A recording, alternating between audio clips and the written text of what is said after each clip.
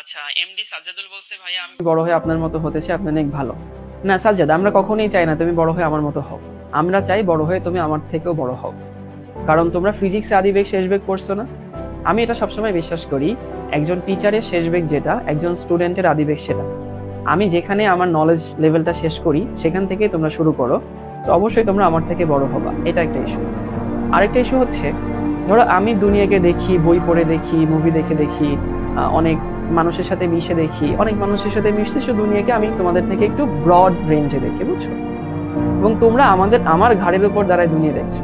কারণ আমি যা দেখি সেগুলো আমি তোমাকে দেখানোর চেষ্টা করছি, তার সঙ্গে তুমি নিজে নতুন করে দেখছো। তাহলে তুমি আমার ঘাড়ের উপরে দাঁড়ায় দুনিয়া দেখছো, তার মানে আমি যা দেখি দুনিয়া, তুমি তার থেকে আরো ভালো দেখার কথা। তো অবশ্যই তুমি আমার থেকে বড় হবা। আমার মতো হতে সেটা কখনোই বলবা না। কারণ তুমি যদি আমার মতোই হও, তাহলে টিচার হিসেবে আমার সার্থকতা কোথায়?